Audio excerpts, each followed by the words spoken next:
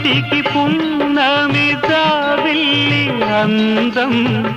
ఇంటికి తొలి చూలు పిల్లాలు అందం జన్మ జన్మల పుణ్య ఫలముగా జాలువారు పసి పాప నవ్వులే ఆలు మగలకు అందం ఇది చెరగని ప్రేమకు శ్రీకారం ఇది మమతల మేడకు ప్రాకారం పండిన కలలకు శ్రీరస్తు పసుపు కుంకుమకు శుభమస్తు కనివిని ఎరుగని అనురాగానికి కలకాలం